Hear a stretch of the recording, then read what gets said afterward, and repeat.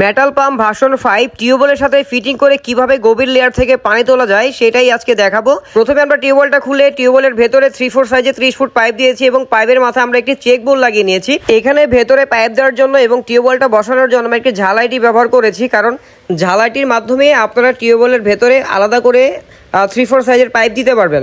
প্রথমে এই মোটরটা ফিটিং করতেছি। মোটরটা ফিটিং করে আমরা চালিয়ে দেখব পানি আসে কিনা, তারপরেই আমরা টিউবওয়েলটা উপরে বসাবো।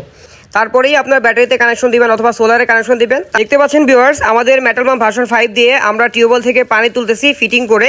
তো এখন আমরা উপরে এটা টিউবওয়েলটা বসাবো। টিউবওয়েলটা বসালে আপনারা টিউবওয়েল চেপেও পানি তুলতে পারবেন এবং আপনারা কল থেকেও পানি তুলতে পারবেন। এই মোটরটি ব্যবহার করলে অল্প খরচে আপনারা টিউবওয়েল থেকে পানি তুলতে পারবেন। মোটরটার দাম মাত্র 1650 টাকা।